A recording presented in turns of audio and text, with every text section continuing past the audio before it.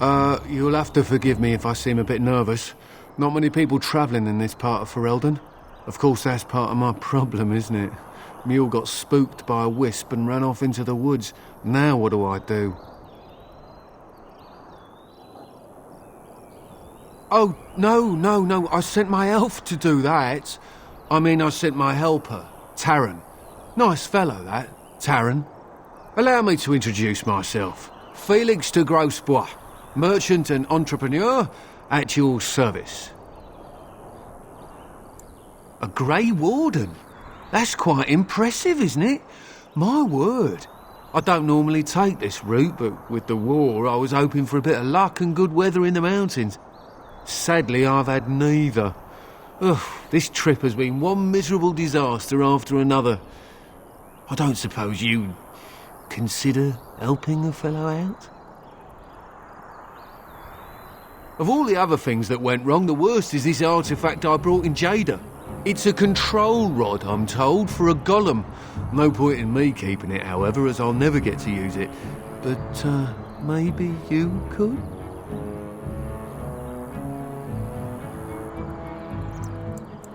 The fellow I brought it from is a long-standing contact. He didn't want to come to Ferelden, however, with all our troubles. He said he got it from the man who owned this golem. But to be honest, I have no idea if it will work. Hence the low price. What do you say? Just as well. You'll find the golem in a village named Honleith in the hinterlands. Here, I'll mark it on your map. I've heard it might be dangerous there with all the darkspawn about, but I'll wager that's not an issue for someone like you. Just hold up the rod and say Dulaf Gar. That will wake the golem up, so I'm told. I hope it works. Alright, well, then I really hope it works. Best of luck to you then. Now, I guess it's up to me to find that mule myself.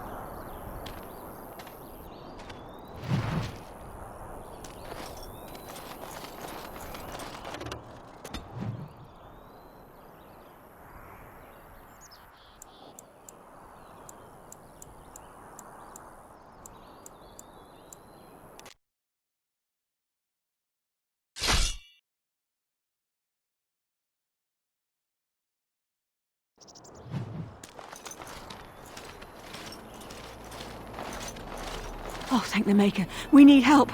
They attacked the wagon. Please help us. Follow me. I'll take you to them.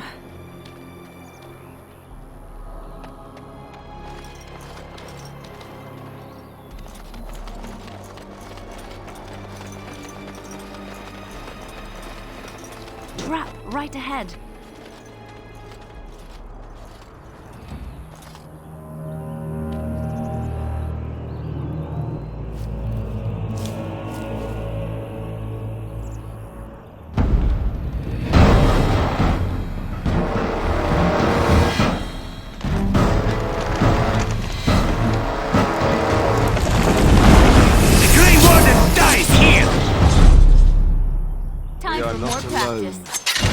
Really not alone.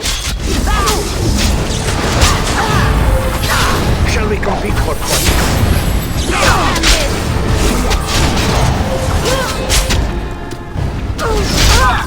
Good to go! Tactic plan!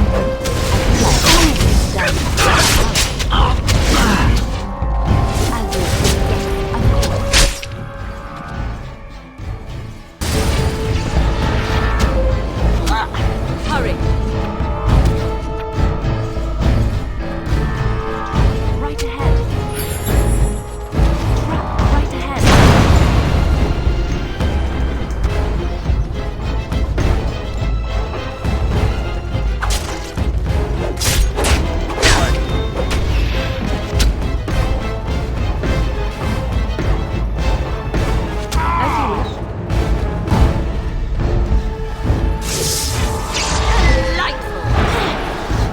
I see.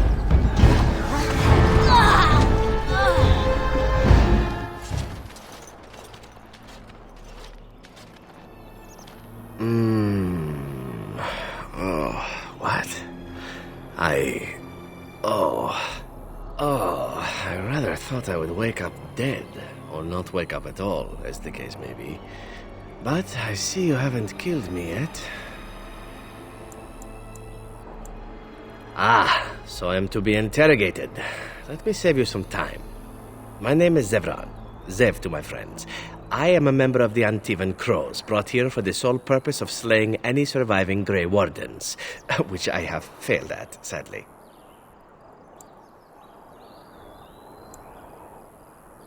So would I be in your shoes. For me, however, it sets a rather poor precedent, doesn't it?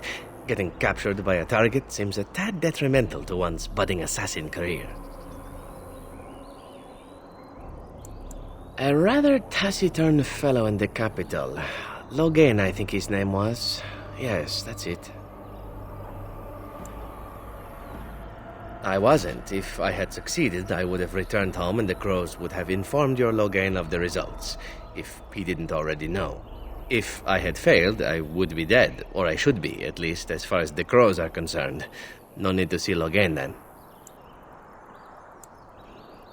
I wasn't paid anything. The Crows, however, were paid quite handsomely, or so I understand. Which does make me about as poor as a chantry mouse, come to think of it. Being an Antivan Crow isn't for the ambitious, to be perfectly honest. Why not? I wasn't paid for silence. Not that I offered it for sale, precisely. Loyalty is an interesting concept. If you wish, and you're done interrogating me, we can discuss it further. Well, here's the thing. I failed to kill you, so my life is forfeit. That's how it works. If you don't kill me, the Crows will. Thing is, I like living. And you obviously are the sort to give the Crows pause, so let me serve you instead. To be completely honest, I was never given much of a choice regarding joining the Crows. They bought me on the slave market when I was a child. I think I paid my worth back to them plus tenfold. The only way out, however, is to sign up with someone they can't touch. Even if I did kill you now, they might just kill me on principle for failing the first time. Honestly, I'd rather take my chances with you. Possibly. I happen to know their wily ways, however. I can protect myself as well as you. Not that you seem to need much help. And if not, well, it's not as if I had many alternatives to start with, is it? I happen to be a very loyal person, up until the point where someone expects me to die for failing. That's not a fault, really, is it? I mean, unless you're the sort who would do the same thing, in which case I don't come very well recommended, I suppose. Well, let's see. Being allowed to live would be nice, and would make me marginally more useful to you. And somewhere down the line, if you should decide that you no longer have need of me, then I go on my way. Until then, I'm yours. Is that fair? What? You're taking the assassin with us now? Does that really seem like a good idea?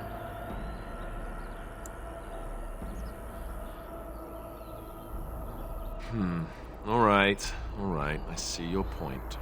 Still, if there was a sign we were desperate, I think it just knocked on the door and said hello.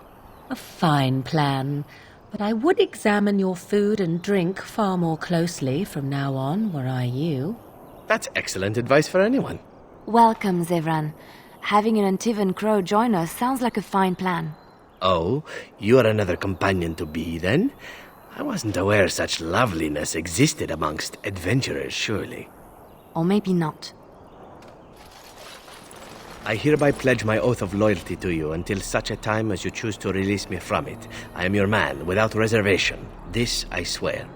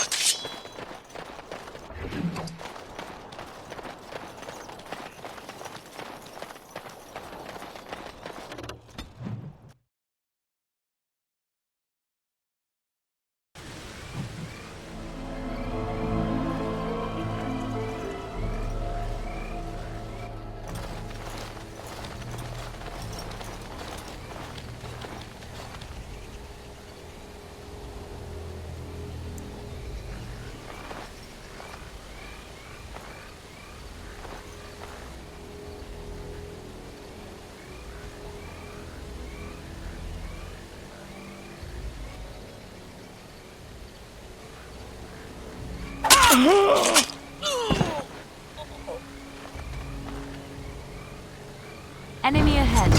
Watch out.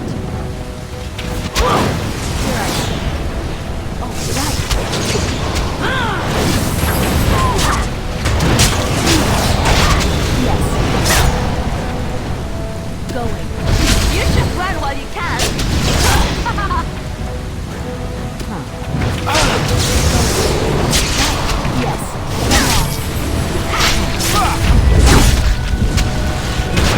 Watch out! Yes. Yes. I'm on.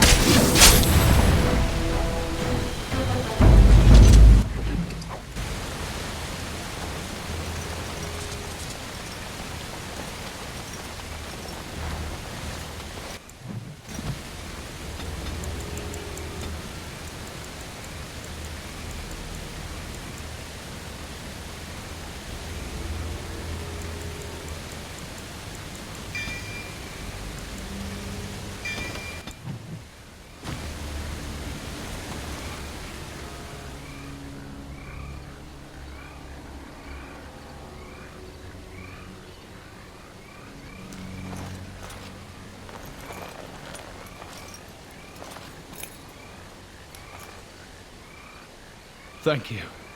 I didn't expect the band's men to notice my escape so quickly. I tried to hide here in the woods, but there wasn't time. And now I'm a dead man. You were there in Ostagar. You know how things went. For me, it was either this, or die in some darkspawn's belly, or be hung as a deserter.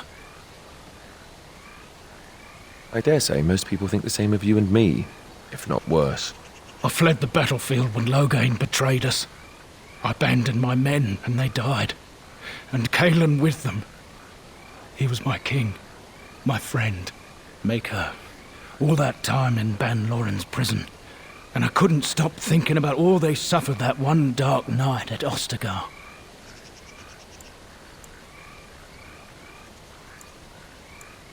I know.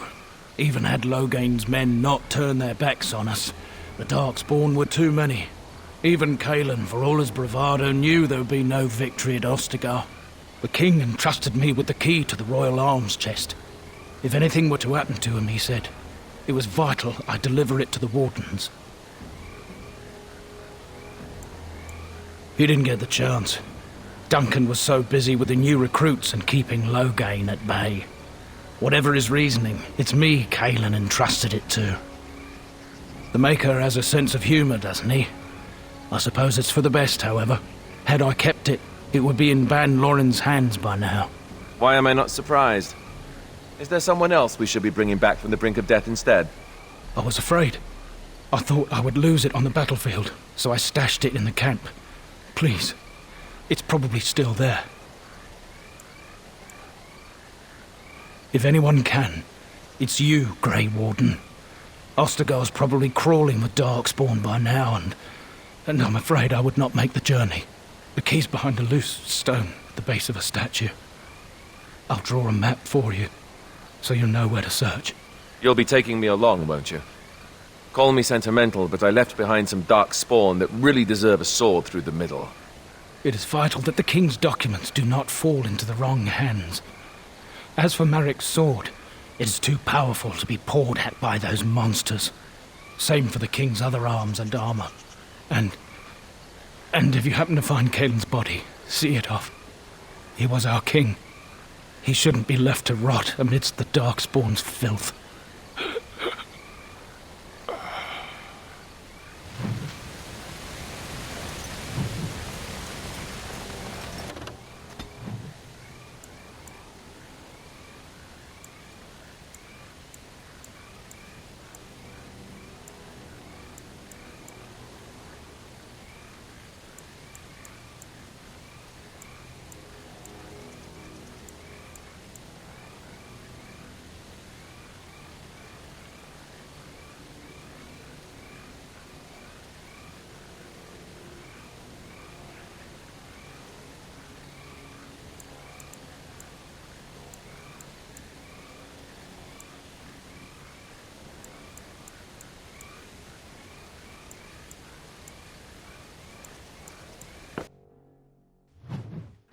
Blight. How will you end it?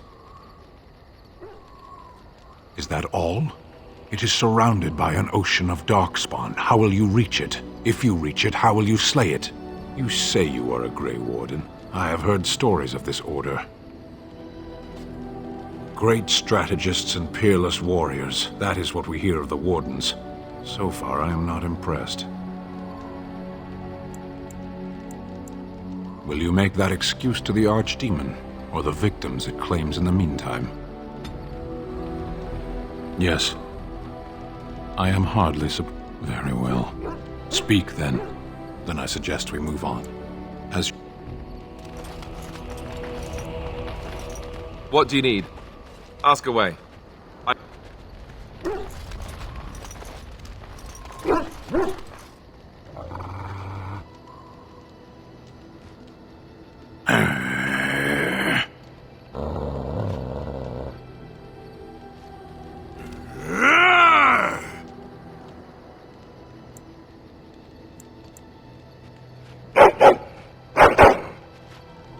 You are a true warrior and worthy of respect.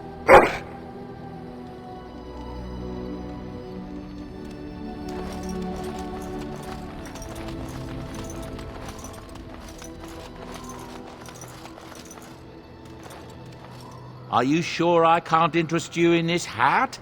A pair of earrings. I'm sure...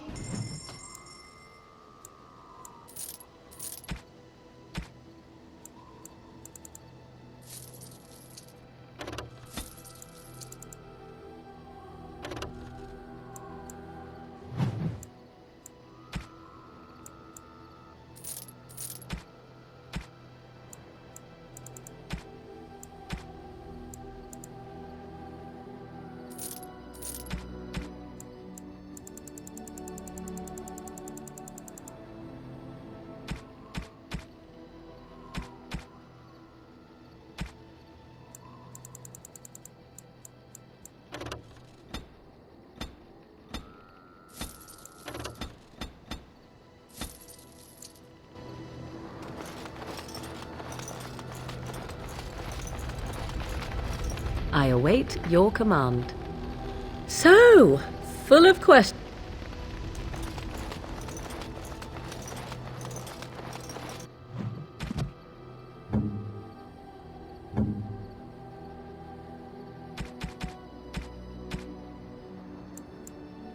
A fine gift.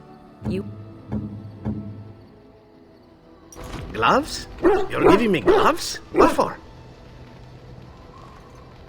I did not mean to sound ungrateful, it is just... Wait, these are Dalish, are they not? My mother was Dalish, and had a pair very similar to these. The leather was less thick, and it had more embroidery, but these are very close, and quite handsome. Do I seem surprised? Perhaps I am. Still, I appreciate the fact that you even thought of me. No one has simply given me a gift before. Thank you.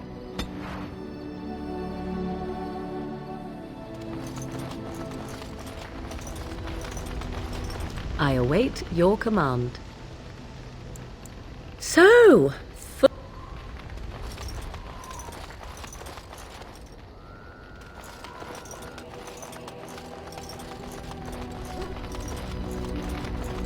here I am. Oh, this should be good. Go ahead. Well, the crows would have you believe that it is an involved process that takes years of training, the sort that tests both your resolve and your endurance. Survive that process and maybe, just maybe, you're good enough to start being considered one of them. But quite frankly, the truth is that all it requires is the desire to kill people for a living. It's surprising how well one can do in such a field. I don't know about that. It's simply a slightly different skill set from your average killer, as I see it. An assassin simply specializes in striking from stealth, and in maximizing that first attack to be as lethal as possible. Debilitate your foe, either by poison or by crippling their limbs, makes any follow-up combat you need to engage in that much simpler. See? Getting paid for the act is beside the point. An assassin is more a tactical choice than a lifestyle. Of course, the crows like to pretend that their abilities are trade secrets, shrouded in shadows and wrapped in a blanket of mystery. So let's just keep this between you and me, shall we? Here I am. Oh, I certainly could, but I won't. I swore to the crows that the things they taught me were to remain a secret. And while, yes, they are already angry at me, I'd rather not push things, you see. If you are truly insistent, well, let me think about it. The crows are already angry at me, yes? Who knows? Here I am. I'm still thinking about it. Here I am. Oh, this should be good. Go ahead. Oh, you wish to know about Antiva, do you? The only way to truly appreciate it would be to go there. It is a warm place, not cold and harsh like this Ferelden. In Antiva it rains often, but the flowers are always in bloom. Or so the saying goes. It is fine enough with its dogs and its mud. The people are spirited, even if they can't tell the difference between an assassin and a mere killer. I hail from the glorious Antiva city, home to the royal palace. It is a glittering gem amidst the sand, my Antiva city. Do you come from someplace comparable? You have me there, indeed. I, for one, can make no such claim, as I never laid eyes on the woman. You know what is most odd? We speak of my homeland, and for all its wine and its dark-haired beauties and the lilo flutes of the minstrels, I miss the leather the most. It may as well be. But not this once, no. I mean the smell. For years, I lived in a tiny apartment near Antiva City's leather-making district, in a building where the crows stored their youngest recruits, packed in like crates. I grew accustomed to the stench, even though the humans complained of it constantly. To this day, the smell of fresh leather is what reminds me most of home more than anything else. Oh, not so long, I know. It is my first time away from Antiva, however, and the thought of never returning makes me think of it constantly. Before I left, I was tempted to spend what little coin I possessed on leather boots I spotted in a store window. Finest Antivan leather. Perfect craftsmanship. But I was a fool to leave them. I thought, Zevran, you can buy them when you return as a reward for a job well done. More the fool I, no?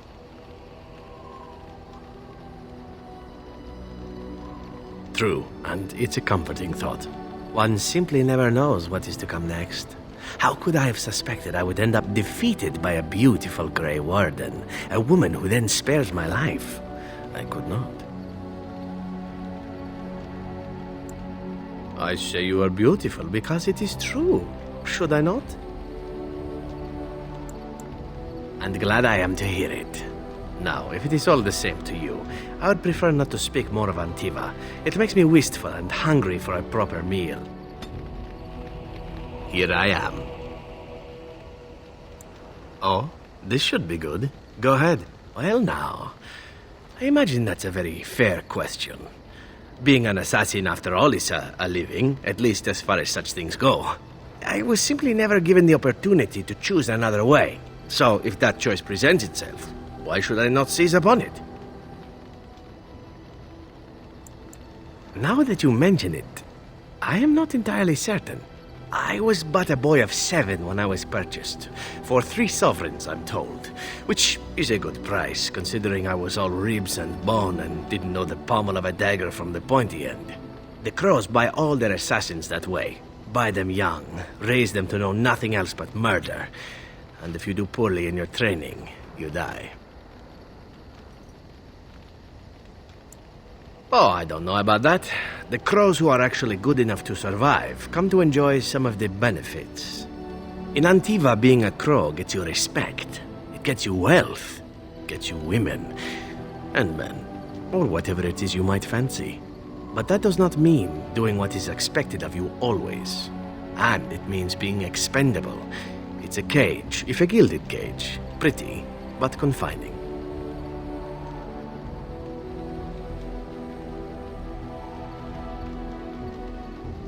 I fancy many things. I fancy things that are beautiful and things that are strong.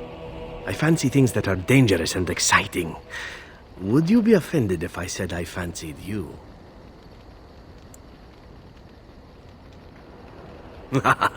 This is good to know.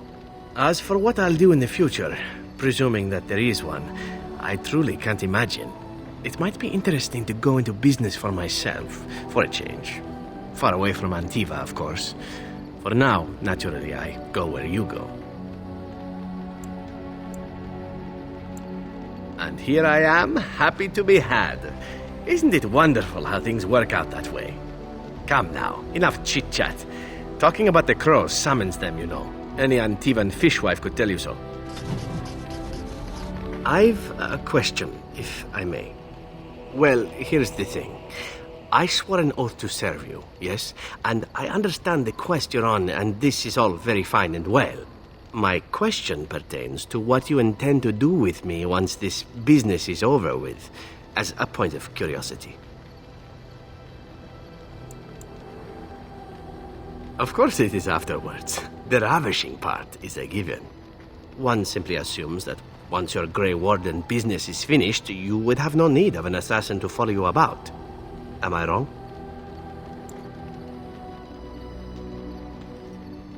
I'm sure I could come up with a few more if pressed. It is good to know what my options might be, but that is for another time. For now, we have much to do, yes? All right, but I get to stare at you luridly while you do so. And why not? There are many things to enjoy about being a crow in Antiva. You are respected, you are feared, the authorities go out of their way to overlook your trespasses, even the rewards are nothing to turn your nose up at. As for the killing part, well, some people simply need assassinating. Or do you disagree? I often find myself the instrument of fate, ending these lives for one necessity or another. I console myself in the notion that most of them had it coming. As far as enjoying the act of killing itself, why not? There is a certain artistry to the deed, the pleasure of sinking your blade into their flesh and knowing that their life is in your hands.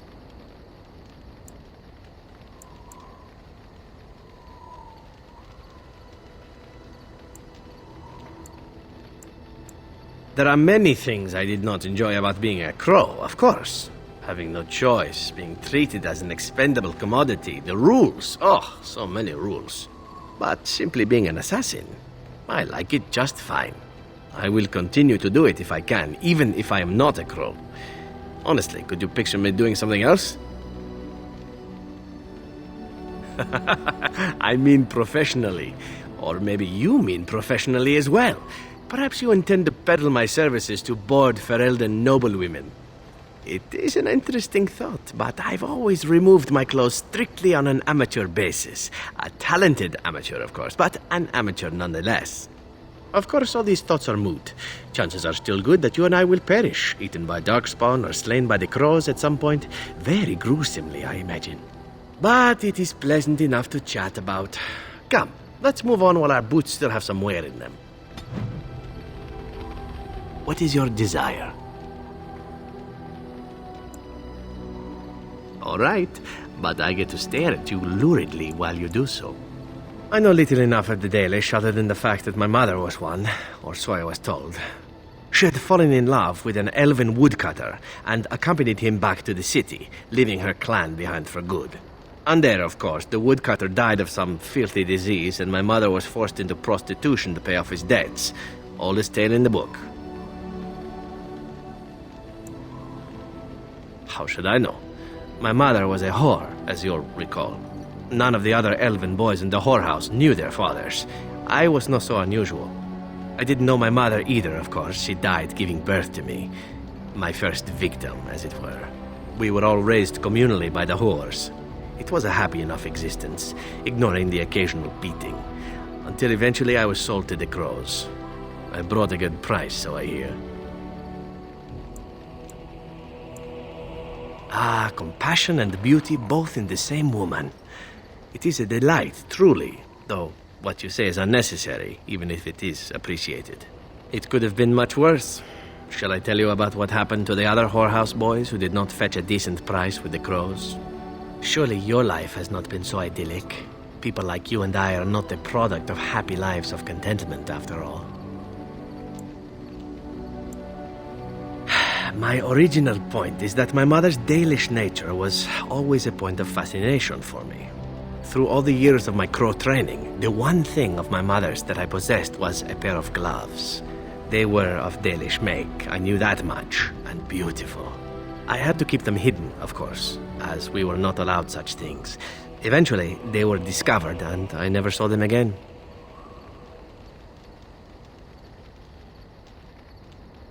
I don't feel anything about them. Oh, we heard about them in the city, even deep in Antiva. I even had the notion once to run off and join them. Naturally, the reality did not live up at all to the fantasies I had constructed as a boy, staring at those gloves. But such is life. Come, enough talk of the Dalish. Let us move on. What is your desire? All right, but I get to stare. My adventures? I'm hardly an old man just returned from across the ocean, am I? Should I shake my fist at nearby children while I talk about the good old days?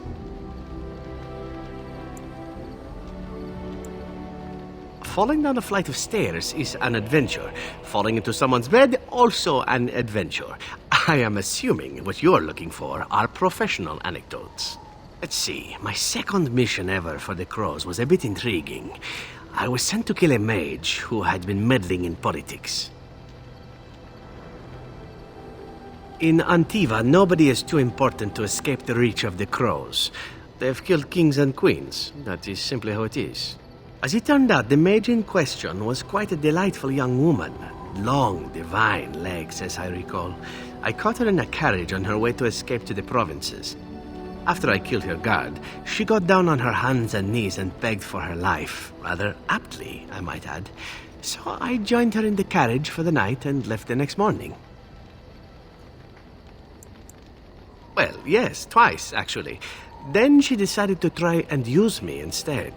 The woman had actually convinced me to speak to the Crows on her behalf. What can I say? I was young and foolish at the time. Then, as I was kissing her goodbye to return to Antiva City, she slipped on the threshold and fell backwards out of the carriage. Broke her neck. Shame, really, but at least it happened quickly. At first, yes. Well, not upset. Surprised is really a better word. Then I found out that she had told the driver to take her to Janellen instead. She had planned to lose me in the provinces. I would have looked very foolish to the Crows. As it was, my master was very impressed that I had done such a fine job of making it look like an accident. The circle of Magi was unaware of foul play, and everyone was happier all around. Like being spared by a benevolent mark who then helps me escape from the Crows? Yes, it does seem to happen now and again, doesn't it? It was after that when I learned that one needn't let a pretty face go to your head. Professionalism was key. That's my moral of the day, you see. Well, there is you. But I'll point out that you did have to capture me and tie me up first. Every rule has its exception. Now that I've mentioned tying me up in that context, do we have extra rope about? What is your desire? I could teach others, but not yourself. First, I would need someone who has training as a rogue. That is, unless you would care to spend the years it takes to gain the fundamentals. But if there should be such a person who desires this training, yes, by all means, send them to me. The Crows are already furious, no? I shall enjoy tweaking their nose further. What is your desire? Oh, this should be good. What would you like to discuss? What is your desire? All right, but I get